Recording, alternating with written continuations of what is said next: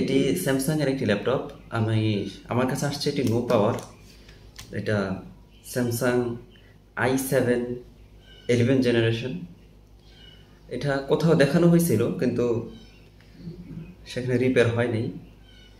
আমার কাছে আসছে এটা নো পাওয়ার হিসেবে। তো আমি এটা একটু দেখি।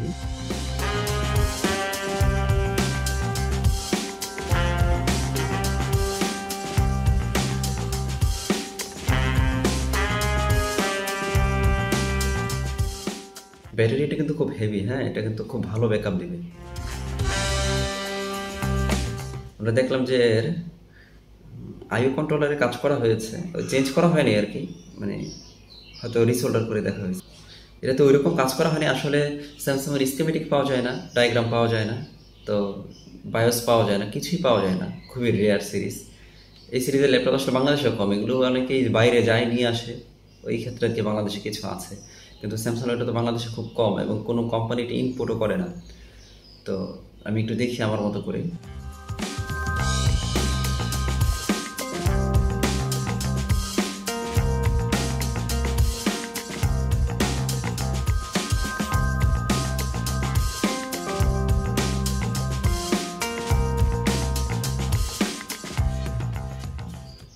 আমি এটাতে মূলত অনেকক্ষণ ঘাটাঘাটি করে আমি এটাতে যে সমস্যা পাইছি সেটা হচ্ছে এর সুইচে ভোল্টেজ নেই, খুবই কম। আমি মেপে দেখাচ্ছি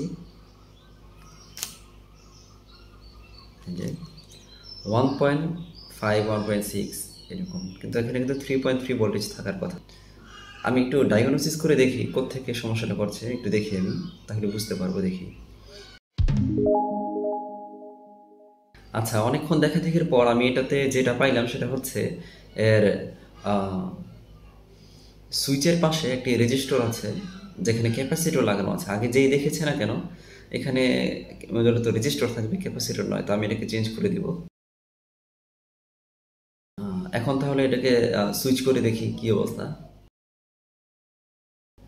এই তো ডিসপ্লে চলে আসছে মনে হয়। হ্যাঁ, ঠিক আছে। তো এই হচ্ছে আর সমস্যা। আমি ভিডিওটা অবশ্য কেটে কেটে দিচ্ছি, এটা মূলত আমার সময় লাগছে প্রায় 1 ঘন্টার উপরে।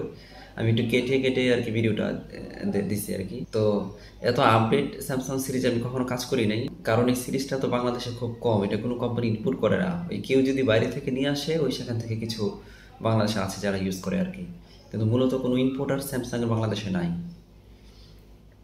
অনেক সুন্দর একটি ল্যাপটপ। আমি রিপেয়ার করলাম এবং আমার যে ধারণা এই ল্যাপটপটা আবার অনেকদিন টিকবে, কারণ ল্যাপটপটার ম্যানুফ্যাকচারার অনেক ভালো হয়েছে, সব কিছু খুব ভালো। এটা অনেকদিন টিকবে বলে আমার ধারণা। ঠিক আছে, ভালো থাকবেন সবাই।